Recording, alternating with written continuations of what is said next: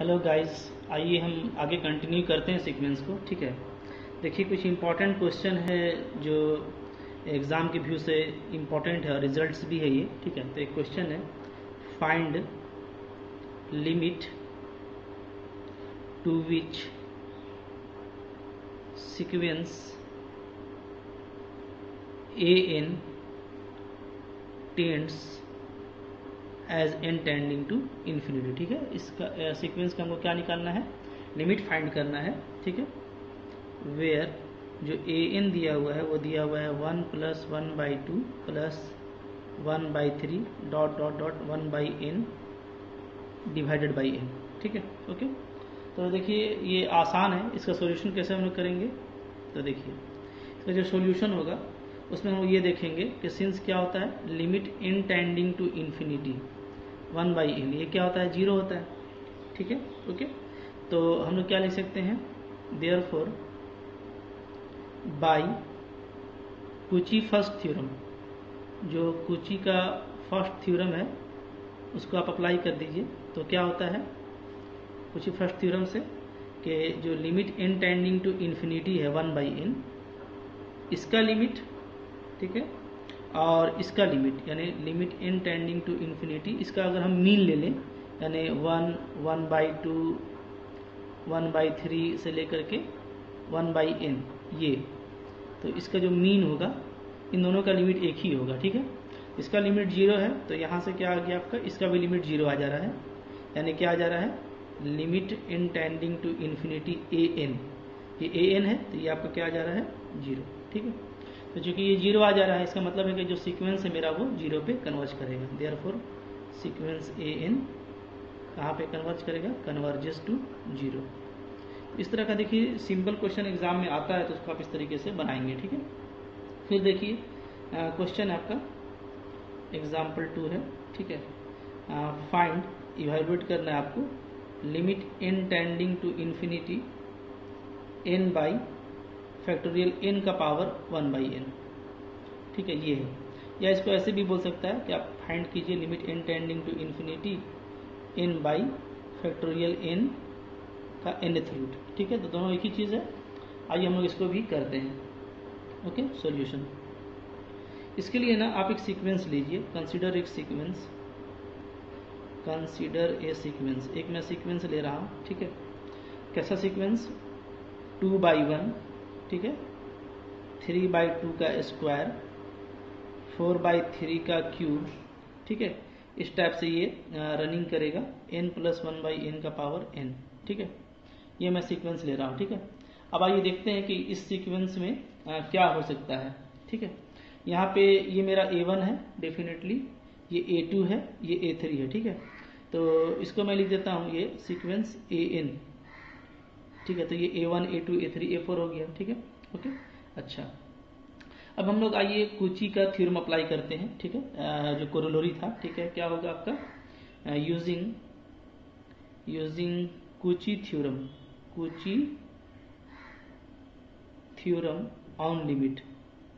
क्या है थ्योरम, ठीक है, कि जो लिमिट होता है n tending to infinity A1, A2 dot dot dot AN, इसके प्रोडक्ट का, ठीक है, पावर 1/n, ये क्या होता है, ये इक्वल होता है limit n tending to infinity AN के। ठीक है, इफ एग्जिस्ट, अगर एग्जिस्ट करेगा तो दोनों क्या होता है, इक्वल होता है। ठीक है, तो आइए यहाँ से हम क्या लिख सकते हैं, इस पर अगर हम अप्लाई करेंगे, ठीक है, तो वैल्यू को पुटअप कर देते हैं तो आ जाएगा limit n tending to infinity. ठीक है, A1 का वैल्यू क्या है मेरे पास, 2/1, फिर है 3/2 का स्क्वायर, फिर है 4/3 का क्यूब।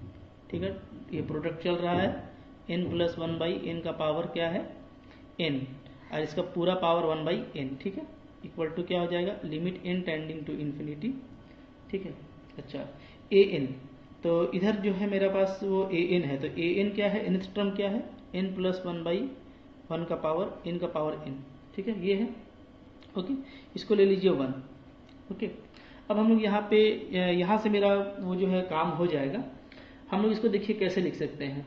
ठीक है, ये तो मेरा डेफिनेटली E है ना, तो इधर वाले को हम क्या लिखेंगे, इधर वाले को हम ऐसे लिखेंगे, और आगे बढ़ाइए limit n tending to infinity. ठीक है, अगर देखा जाए तो जैसे देखिए हमारा ये 2 है, ये नीचे में 2 का स्क्वायर है, ठीक है। ओके, सब कुछ आप देख रहे हैं।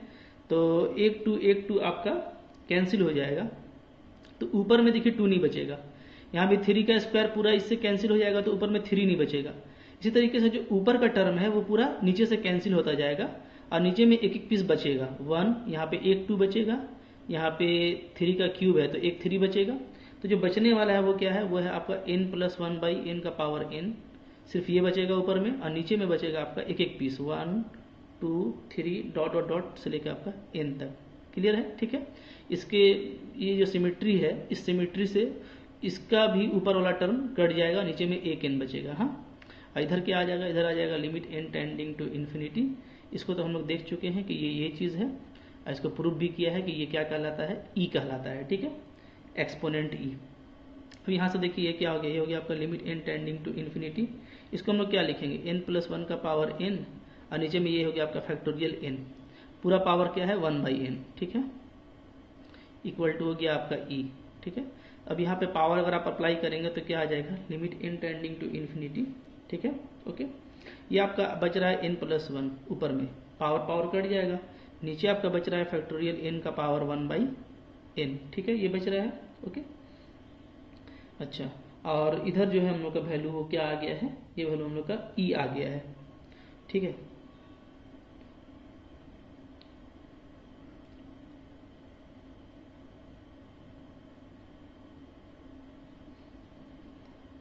तो जो प्रूफ करना था हम लोगों को, हम लोग उस प्रूफ को यहाँ पे लेके चलेंगे, ठीक है। तो इसको चलिए इसको रहने देते हैं, यहाँ से तो कुछ मैं ऐसे सेटिंग कर लेता हूँ, ठीक है। हम लोग को फाइंड क्या करना है, देयरफॉर हम लोग को फाइंड करना है limit n tending to infinity. ऊपर में सिर्फ n चाहिए ना, नीचे में ये, इसको हम क्या लिख सकते हैं, इसको हम लिख सकते हैं limit n tending to infinity, ऐसे करके, ठीक है। n+1 ले लीजिए ऊपर में, और नीचे में फैक्टोरियल n का पावर 1/n इंटू n/n+1 से मल्टीप्लाई कर दीजिए, कर सकते हैं। ऐसा करेंगे आप तो देखिए ये आपका वापस कट जाएगा, वही बचेगा, ठीक है। इसका फ़ायदा क्या हुआ, इसका फ़ायदा ये हो गया कि आपका ये लिमिट आ गया n tending to infinity n+1 by factorial n का पावर 1/n इंटू यहाँ पे आ जा रहा है limit n tending to infinity 1/n को नीचे ले आएंगे तो क्या हो जाएगा, इस तरीके से हो जाएगा, ठीक है। Okay, clear.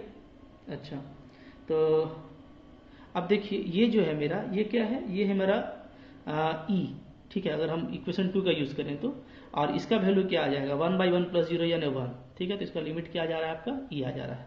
इस तरीके से देखिए कुशी का यूज करने से आपका इसका लिमिट आसानी के साथ फाइंड आउट हो जाता है, ठीक है। ओके, तो इस तरह का देखिए क्वेश्चन है जो आपको एग्जाम में आ सकता है, तो आप उसको अगर आसानी से करेंगे तो आपको बिल्कुल इस तरह का क्वेश्चन हो जाएगा, ठीक है, कोई दिक्कत नहीं होना चाहिए। आइए एक और क्वेश्चन देखते हैं जो इम्पोर्टेंट है। क्या है क्वेश्चन, देखिए यहाँ पे हम लोग देख लेते हैं, ठीक है। क्वेश्चन है हमारा कि आपको क्वेश्चन गिवन है, इफ an अगर अल्फा को अप्रोच करता है, ठीक है, और अगर आपका bn जो है वो बीटा को अप्रोच करता है when n tends to infinity, ठीक है। अगर ये आपको गिवन है तो आपको प्रूफ करना है, proof that the sequences okay, sequence है आपका क्या, a1 b1 plus a2 b2 plus dot dot dot dot plus an bn, ठीक है। ये जो है डिवाइडेड बाई n, ये भी आपको अल्फा बीटा को अप्रोच करेगा, alpha beta as n tending to infinity, ठीक है। तो ये भी काफ़ी सिंपल है, कुछ इसमें करना नहीं है, ठीक है। थोड़ा सा बस हम लोग को वही कुशी फर्स्ट थ्योरम का रिजल्ट अप्लाई करना है, ठीक है। आइए देखिए कैसे प्रूफ करेंगे। इसका प्रूफ इस तरीके से होगा, कैसे, ठीक है। सिंस आपका क्या है, an जो है आपको अल्फा को अप्रोच करता है, ठीक है, और क्या है, और bn जो है वो बीटा को अप्रोच करता है, ठीक है। तो जो प्रोडक्ट का थ्योरम है वहां से क्या आ जाएगा, देयरफॉर जो an और bn है आपको वो अल्फा बीटा को अप्रोच करेगा, ठीक है, when n tending to infinity, when n tending to infinity, ठीक है। तो ये अप्रोच करेगा। अब अगर हम लगा दें यहाँ पे इसका कुशी का फर्स्ट थ्योरम, ठीक है, बाय कुशी फर्स्ट थ्योरम ऑन लिमिट, ठीक है, जो लिमिट का कुशी का फर्स्ट थ्योरम है उसको अप्लाई करेंगे तो क्या हो जाएगा, ठीक है, जो A1 B1 है मेरा प्लस A2 B2, ठीक है, प्लस A3 B3, ये सब जितना भी जो आपका रनिंग करता है AN BN तक, ठीक है, बाई n। तो ये जो है इसका limit n tending to infinity, ठीक है, वही होगा जो क्या होता है limit n tending to infinity क्या होता है AN BN का होता है, ये हम लोग जानते हैं, ठीक है। इफ एग्जिस्ट, अगर ये एग्जिस्ट करे, ये तो डेफिनेटली एग्जिस्ट कर ही रहा है, ठीक है, तो इसका वैल्यू क्या है, इसका वैल्यू है अल्फा बीटा, इसका वैल्यू क्या हो जाएगा आपका अल्फा बीटा हो जाएगा, ठीक है। इस तरीके से हम लोग इसको भी आसानी के साथ में प्रूफ कर लिए, ठीक है। कुछ और भी रिजल्ट है, आइए हम लोग उसको भी देख लेते हैं, ठीक है। वो रिजल्ट भी मतलब कि काफी इंटरेस्टिंग है और आसान है, ठीक है।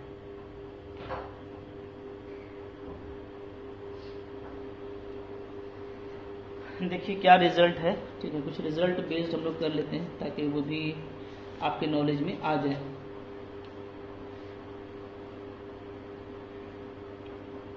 देखिए एक रिजल्ट है ये सीक्वेंस के लिए, ठीक है। क्या है कि अगर कोई सीक्वेंस आपका AN है, ठीक है, क्या लिखेंगे, if AN be a sequence, अगर AN कोई मेरा सीक्वेंस है, ठीक है, सच दैट क्या होता है AN प्लस 1 बाई AN, इसका जो लिमिट है, ठीक है, वो आता है L, ओके।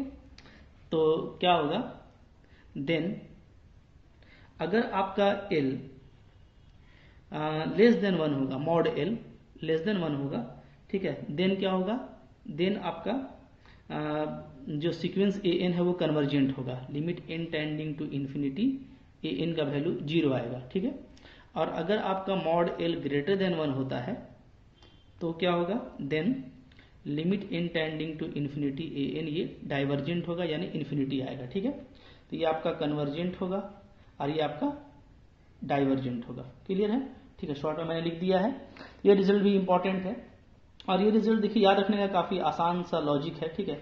जैसे क्या बोल रहा है ना आपको कि अगर कोई सीक्वेंस है जो इसका रेशियो ये है, देखिए अगर हम कोई सीक्वेंस लेते हैं इस टाइप से, समझिए आप, ठीक है, तो क्या होता है, जैसे मेरा A1 है, फिर मेरा A2 है, ठीक है, फिर मेरा A3 है, इसी तरीके से ये बढ़ता हुआ AN-1 आता है, फिर क्या आता है AN आता है, फिर क्या आता है AN+1 आता है, ठीक है, नेचुरल नंबर से ये बढ़ता जाता है। तो दिस बाई दिस ये जो रेशियो है, तो ये क्या है, ये आप देखेंगे कि टर्म में आप आगे का टर्म और उससे जस्ट पहले का टर्म, ये रेशियो है। तो ये रेशियो बोलता है अगर 1 से छोटा है, तो 1 से छोटा होने को आप ऐसे ले लीजिए कि यानी ये क्या होता जा रहा है, ये डिक्रीज करता जा रहा है, ठीक है, AN+1 बाई L डिक्रीज करता जा रहा है, इसलिए कि अगर 1 से छोटा रेशियो आ रहा है, इसका मतलब है कि बाद वाला टर्म क्या है, छोटा है और पहले वाला बड़ा है। तो अगर ये छोटा डिक्रीज करते जा रहा है तो जाहिर सी बात है कोई भी पॉजिटिव सीक्वेंस और वो डिक्रीज करता जाएगा तो वो कहाँ तक पहुंचेगा, वो आपका 0 तक पहुंचेगा, ठीक है। जबकि अगर ग्रेटर देन 1 लेते हैं तो इसका मतलब ये हो गया कि जो बाद वाला टर्म है वो पहले वाला टर्म से बड़ा है, यानी टर्म मेरा क्या होता जा रहा है, बड़ा होता जा रहा है। तो अगर कोई पॉजिटिव सीक्वेंस आपका बढ़ता जा रहा है तो वो डेफिनेटली इन्फिनिटी तक जाएगा। तो ये याद रखने का इसका लॉजिक है, ठीक है। अब आइए देखिए हम लोग इसका कुछ यूज भी देख लेते हैं कि इसको हम लोग कैसे यूज करेंगे, ठीक है। जैसे मान लीजिए आपको क्वेश्चन है, इस तरह से क्वेश्चन आपका आ सकता है, ठीक है, कि इवालुएट, क्या है, इवालुएट, ठीक है, limit n tending to infinity x to the power n, ठीक है, ये आपको इवालुएट करना है, okay, when mod x less than 1, ये है, ठीक है। तो इसका देखिए इसका सॉल्यूशन तो काफी इजी हो जाएगा, ठीक है। कैसे करेंगे हम लोग, देखिए सॉल्यूशन हम लोग ले लेंगे कि लेट हम लोग ऐसा मान लेते हैं कि जो AN है वो क्या है, XN है, ठीक है। तो AN+1 इसके बाद का टर्म क्या हो जाएगा, XN+1 हो जाएगा, ठीक है। अब इन दोनों का रेशियो निकाल लीजिए, limit n tending to infinity AN+1 by AN, ये निकाल लेते हैं, ठीक है।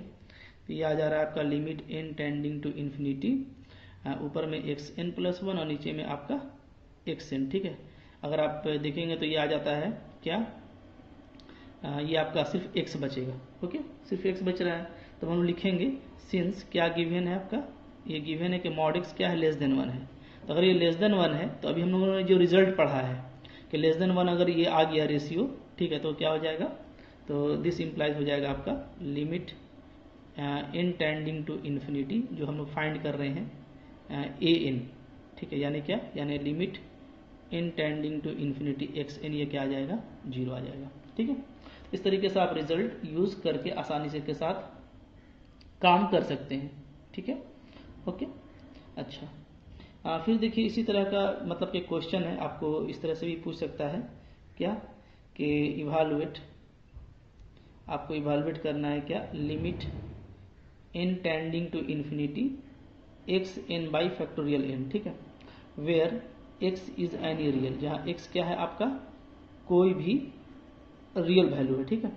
इसका अगर हमको काम करना है तो हम इसको कैसे करेंगे, तो फिर से वही चीज आप लेट ले लीजिए, let a n equal to x n by factorial n, ठीक है, ओके। तो यहां से मेरा ए एन प्लस 1 क्या आ जाएगा, ये आ जाएगा x n plus 1 by n plus 1 का फैक्टोरियल, ठीक है।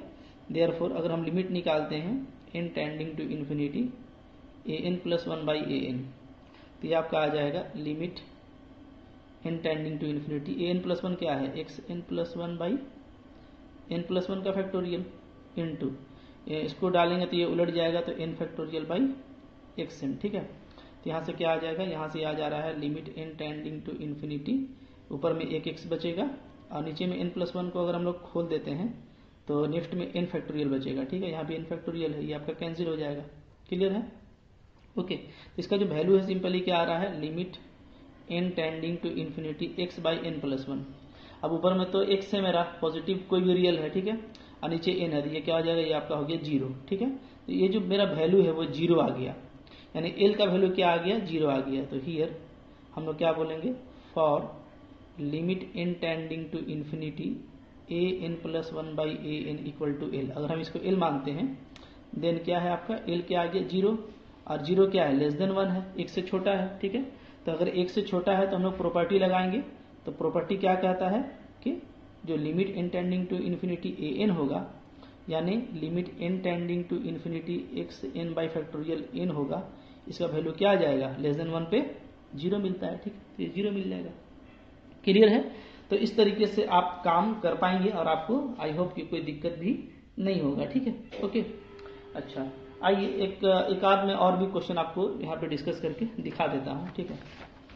एक क्वेश्चन और डिस्कस कर लेते हैं हम लोग, फिर जो है मतलब कि आपको इससे काफी आइडिया हो जाएगा कि इस तरह का क्वेश्चन में आपको कोई दिक्कत नहीं होने जा रहा है, ठीक है। जैसे देखिए एक हमारे पास क्वेश्चन है, एग्जाम्पल है क्या, इवालुएट करना है आपको, evaluate limit n tending to infinity n factorial n, ये है, ठीक है। इस तरह का क्वेश्चन अभी हम लोगों ने जस्ट किया भी था, तो आइए इसको यहाँ पे कर लेते हैं, कैसे करेंगे, लेट सपोज कर लेते हैं हम लोग कि जो हम लोगों का, ठीक है, ये जो दिया हुआ है ये हम लोग का क्या है, ए एन है, ठीक है। लेट क्या a n is equal to n factorial nth root of factorial n, ऐसा है, ये ऐसा है, ठीक है, nth root of factorial, nth root है, ठीक है, फैक्टोरियल एन का, हाँ, तो ये है। तो अभी हम लोगों ने जो रिजल्ट देखा था उसको हम लोग यूज कर सकते हैं, सिंस क्या, सिंस हम लोग ये देखे थे कि जो limit n tending to infinity है, ठीक है, इससे पहले रिजल्ट में x n by factorial n, ये क्या होता है, ये होता है आपका 0, ठीक है, ओके, ये आपका 0 आ जाता है। अच्छा, तो यहाँ से पता ये चलता है ना कि असल में ये 0 इसलिए हुआ कि जो इसका रेशियो है वो लेस देन 1 है, ठीक है। सिंस हम ऐसा बोल सकते हैं, सिंस क्या, limit n tending to infinity x n by जो फैक्टोरियल एन है, इसका वैल्यू, ठीक है,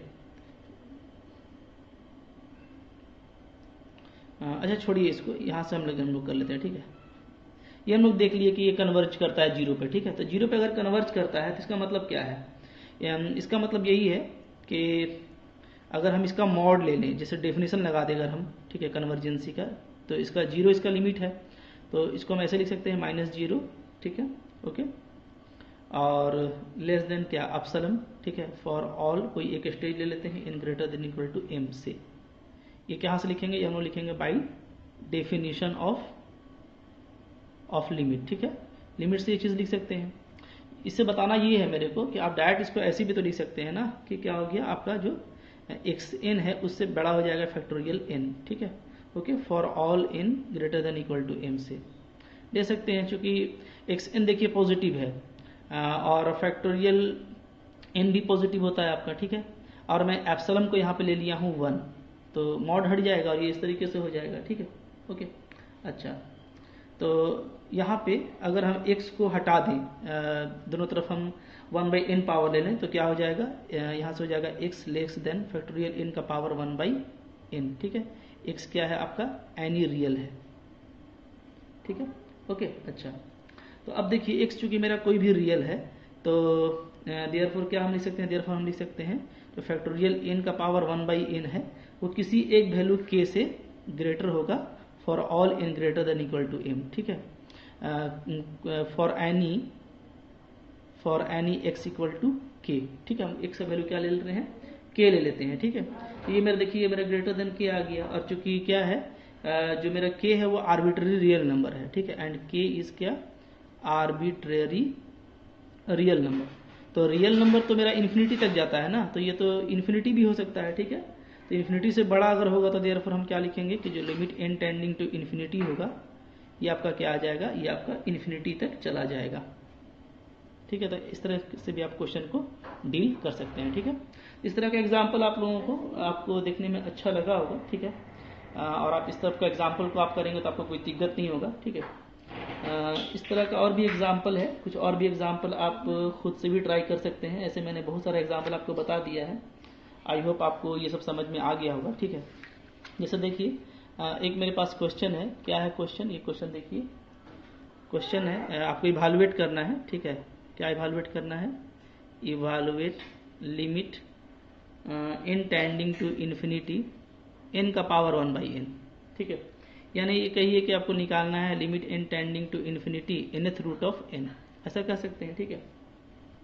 तो जैसे ये देखेंगे आप तो ये तो काफ़ी सिंपल है, कैसे अगर कुछ लिखा नहीं है, किसी का यूज़ नहीं करना है तो आप डायरेक्ट भी इसको बना सकते हैं, कैसे, सिंस ये यूज़ कर लीजिए, आपके जो limit n tending to infinity है log n/n, इसका वैल्यू क्या होता है, 0 होता है, ठीक है। ये रिजल्ट है, क्योंकि log n हमेरा क्या है, कोई भी एक पॉजिटिव वैल्यू होता है और नीचे n है तो ये आपका 0 होता है, ठीक है। इसको आप कैसे लिख सकते हैं, इसको आप लिख सकते हैं limit n tending to infinity 1/n log n, ठीक है, इक्वल टू 0। तो यहाँ से ये आ जाएगा limit n tending to infinity log n, ये आगे है, ठीक है। तो इसका पावर 1/n लग जाएगा, n का पावर 1/n इक्वल टू 0, ठीक है। और यहाँ से अगर हम n/1 का पावर n को हटा दें, ठीक है, क्योंकि आपको पता है कि जैसे log कंटिन्यूअस फंक्शन है तो लिमिट मेरा अंदर चला जाएगा, तो limit n tending to infinity n का पावर 1/n इक्वल टू 0, ठीक है। तो अब हम लोग अगर यहाँ से log एंटी लॉग लेते हैं तो क्या आ जाएगा, limit n tending to infinity n का power 1/n equal to e का पावर 0, ठीक है। यानी e का पावर 0 क्या हो जाएगा, 1 हो जाएगा, ठीक है। ऐसे भी आप इसको फाइंड आउट कर सकते हैं, ठीक है, क्लियर है। तो आई होप आप लोगों को ये सब क्वेश्चन जो है वो समझ में आ गया होगा, तो ये सब क्वेश्चन आप कर लें, ठीक है। और ये सब क्वेश्चन में आपको कोई दिक्कत नहीं होगा, ठीक है। एक छोटा एग्जाम्पल और है वो भी मैं आपको बता देता हूँ, ठीक है। क्या है देखिए, क्वेश्चन है शो दैट द सीक्वेंस, एक आपको सीक्वेंस दे रखा है, क्या है, an वेयर, यहाँ आपको an डिफाइन किया है 1/n+1, फिर 1/n+2 और going to show on 1/n+n, इस तरह से, ठीक है। तो ये कन्वर्जेंट है, आपको ये दिखाना है, ठीक है। इस कन्वर्जेंट, ये क्या है, ये आपका कन्वर्जेंट है, ये दिखाना है।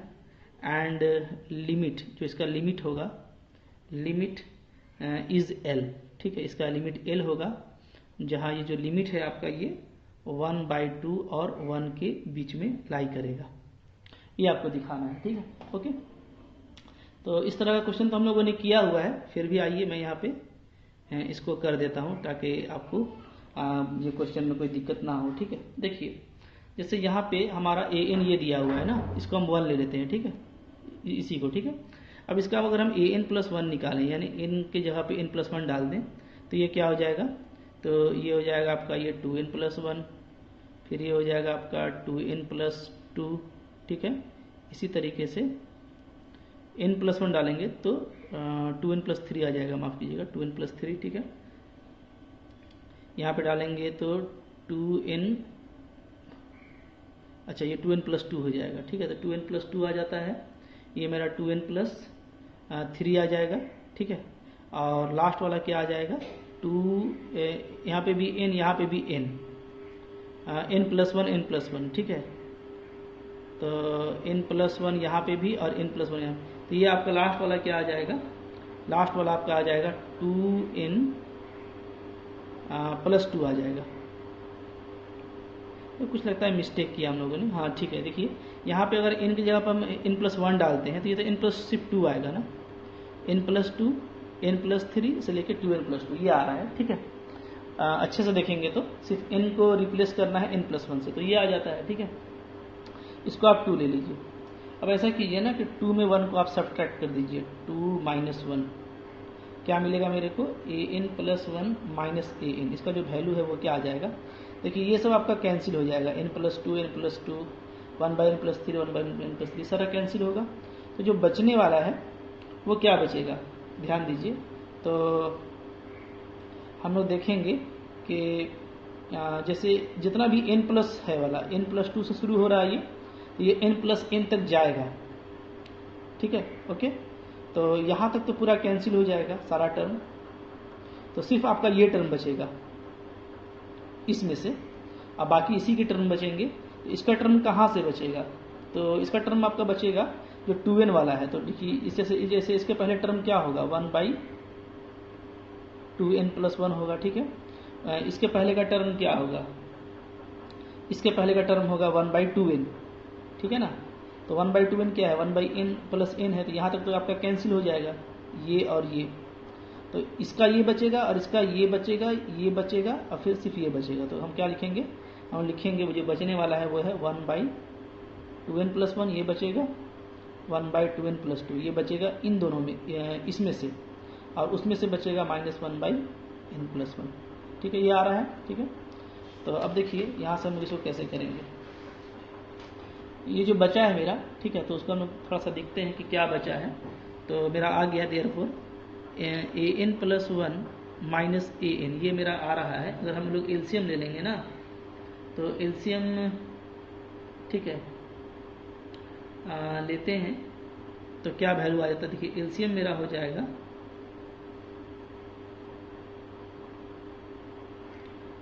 2n+1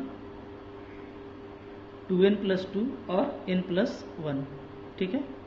अच्छा, और जब ऊपर में हम लोग करेंगे तो आ जाएगा n+1 2n+2 minus, sorry plus आपका n+1 2n+1 और माइनस यहाँ पे 2n+1 और 2n+2 यहाँ तक आएगा, ठीक है। तो इसको जब हम लोग सिंप्लीफाई करेंगे तो देखिए क्या आता है, ठीक है। ये आपका आ जाएगा, अगर आप मल्टीप्लाई कर दें तो, ठीक है। यहाँ पे 2n² और यहाँ पे आपका 2n², तो 4n², ठीक है। फिर यहाँ पे देखा जाए तो ये हो गया हमारा 2n और 2n 4n, और यहाँ पे भी मेरा 2n और n 3n, तो 4n 3n आपका 7n, ठीक है। और यहाँ पे 2 और यहाँ पे 1, तो 3 माइनस यहाँ से आपका 4n², और आपका ये देखिएगा तो ये हो गया आपका 4n और 2n 6n, ठीक है। और माइनस आपका 3 ये आ रहा है, और नीचे वही वैल्यू आएगा 2n+1 2n+2 और n+1। तो देखिए आपका ये कैंसिल हो जा रहा है, और ठीक है, यहाँ से आपका 3 भी कैंसिल हो रहा है ना। क्या आ जा रहा था यहाँ पे हम देखेंगे तो 2 1 जा 2, यहाँ से 2 और 1 यहाँ से 3 आ रहा है, यहाँ पर सिर्फ 2 ही आ रहा है, माफ़ कीजिएगा 2। तो ऊपर में देखिए डेफिनेटली 7n है और माइनस यहाँ पे 6n है, ठीक है, माइनस में होगा। तो n+1 ऊपर में बच रहा है और नीचे जो वैल्यू है वो आपके पास है। ठीक है, यही वैल्यू है। तो डेफिनेटली ये और ये कैंसिल हो जाएगा, तो बचेगा आपका 1/2n+1 और 1/2n+2। अब ये देखिए ये आपका ग्रेटर देन 0 आ गया, ठीक है, क्योंकि यहाँ पे n क्या है आपका नेचुरल नंबर है, ठीक है। तो इतना पता चल गया मेरे को कि जो an+1 है वो क्या है, वो an से ग्रेटर है। तो इसका मतलब क्या होता है कि सीक्वेंस an आपका क्या आ गया, इज मोनोटोनिक, ये हमेशा आपका इंक्रीज कर रहा है, मोनोटोनिक इंक्रीजिंग, ठीक है। तो मोनोटोनिक हो गया है ना। और हम देख लेते हैं कि ये बाउंडेड है कि नहीं है। हाँ, तो सिंस देखिए मेरा जो an है वो क्या है, an है मेरा 1/n+1 1/n+2, ठीक है, dot dot dot dot 1/n+n। इसको हम दो तरीके से डील करेंगे, ठीक है। पहले हम ऐसा करते हैं कि इसमें जो सबसे, जैसे आप देखिए सबसे जो आपका बड़ा वैल्यू है वो ये है, क्योंकि फिर नीचे में बड़ा होते जा रहा है तो वैल्यू छोटा होते जा रहा है, तो सबसे बड़ा वैल्यू आपका ये है, ठीक है। तो हम ऐसा करते हैं कि सब में यही ले लेते हैं 1/n+1 1/n+1, ठीक है, dot dot dot dot 1/n+1, ठीक है। तो जाहिर सी बात है कि डेफिनेटली अब ये जो वैल्यू है वो क्या हो जाएगा आपका, बड़ा हो जाएगा, ठीक है, ओके, क्योंकि आपने सब को हटा के छोटा हटा के बड़ा ले लिया है, तो ये पूरा बड़ा वैल्यू हो गया, ठीक है। तो ये आपका आ जाता है क्या, n/n+1, चूंकि इसमें n टर्म है, ठीक है। इसको हम कैसे लिख सकते हैं, इसको हम लिख सकते हैं an n+1 -1/n+1, ठीक है। तो ये आपका आ जाएगा 1 - 1/n+1, ये आ जा रहा है, ठीक है। अच्छा, ये कोई भी है तो ये आपका एक पॉजिटिव वैल्यू है, तो ये क्या आ जा रहा है, ये आपका लेस देन 1। तो हमको ये दिख गया कि an मेरा लेस देन 1 है, ठीक है, ये हो गया आपका। इसको 1 कर दीजिए, इसको आप 2 कर दीजिए, ठीक है। अगेन फ्रॉम 1, समझिए आप। एक बार हम सबसे आपका बड़ा वैल्यू को इंट्रोड्यूस किए, अब हम सबसे छोटा वैल्यू को इंट्रोड्यूस करते हैं, ठीक है। तो जाहिर सी बात है कि जो an है वो क्या है, ये जो पूरा वैल्यू है, अब ये क्या होगा, ये ग्रेटर हो जाएगा, क्योंकि हम छोटा वाला को हर जगह ले रहे हैं। तो 1/n+n 1/n+n, ये अप टू n टर्म यानी 1/n+n, ठीक है। तो यहाँ से क्या आ जाएगा, यहाँ से आपका देखेंगे तो आपका आ जाएगा an, ये n टर्म है तो n/2n, ठीक है, चूंकि n टाइम्स लिखेंगे तो ये आपका क्या आ जा रहा है 1/2, यानी ये 1/2 से 1 के बीच में लाई कर रहा है, ये हमको दिख रहा है, ठीक है। तो 10 जो मेरा सीक्वेंस है 10 क्या 1/2 के से an 1 के बीच में लाई कर रहा है फॉर ऑल n, यानी an मेरा क्या है, बाउंडेड है, an sequence an is bounded. तो हम लोग ऊपर देखें कि ये मोनोटोनिक भी है और इधर देखें हम लोग क्या है, ये बाउंडेड भी, ठीक है। तो अगर मोनोटोनिक भी है और बाउंडेड भी है तो इसका क्या मतलब है, इसका ये मतलब हुआ कि ये आपका डेफिनेटली एक कन्वर्जेंट सीक्वेंस है, ठीक है, क्योंकि ये मोनोटोनिक भी आपको मिल गया और बाउंडेड भी मिल गया, तो दिस इंप्लाइज ये एक कन्वर्जेंट सीक्वेंस है, ठीक है। तो हम लोग क्या लिखेंगे, हम लिखेंगे 10 जो सीक्वेंस an है वो क्या है, इज मोनोटोनिक एंड बाउंडेड। और ये दो ऐसा क्राइटेरिया है जिससे क्या हो जाता है, सीक्वेंस an आपका कन्वर्जेंट हो जाता है, ठीक है, इज कन्वर्जेंट। तो ये कन्वर्जेंट हो गया, ठीक है। अगर ये कन्वर्जेंट है तो इसके पास एक लिमिट होगा, thus it has a limit, ठीक है, से l, मान लेते हैं इसके पास लिमिट क्या है आपका l है, क्लियर। तो हम लोग ये देख रहे हैं कि अगर इसके पास लिमिट l है तो चूंकि मेरा जो फंक्शन है वो बाउंडेड है किसके किसके बीच में, 1/2 से 1 के बीच में बाउंडेड है, ठीक है, ओके। तो जो इसका लिमिट है वो भी डेफिनेटली इसी के बीच में मिलेगा, तो 1/2 से लिमिट भी मेरा 1 के बीच में मिलेगा, क्लियर है, ठीक है। तो इस तरीके से ये क्या हो गया आपका प्रूव्ड हो गया। Thank you for watching.